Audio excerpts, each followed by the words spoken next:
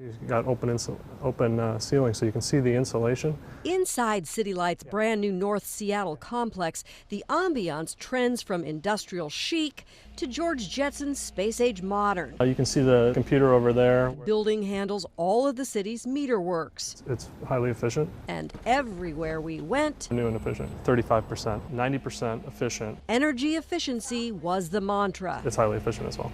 That's why City Light says using a special energy savings performance contract was the right way to go, even though that meant never putting the $8.5 million project up for a competitive and public bid. It carries with it a different set of advantages for the department in this type of construction, in that you get a guarantee on the energy savings. But according to documents obtained by the Como 4 investigators, those big annual energy savings add up to less than $7,800 a year.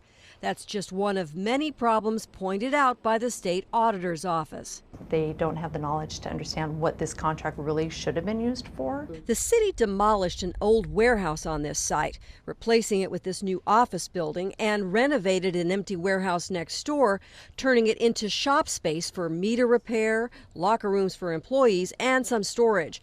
McKinstry Construction designed and built the facility over the past year based on an energy contract they won through competitive bid with the city back in 2007. My contract this way, is that right? But audit manager Tammy Bigelow says that contract is only meant for projects like new heating or lighting systems. That's what we would expect to see, not a creation of another building. Several local contractors expressed concern, particularly since none had heard about the $8.5 million project until the Como investigators informed them. Yeah, let's take a look at these. Tim Berger was a contractor for 10 years and now as an attorney represents them and lobbies for fair bidding processes.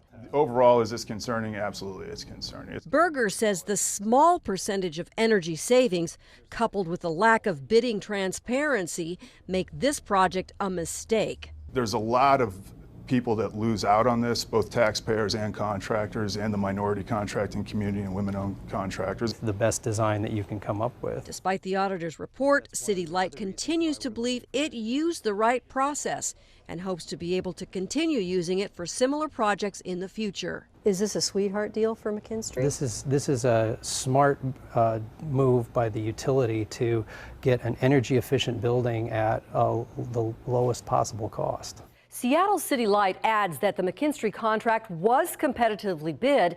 That was back in 2007, and it's set to expire sometime this year.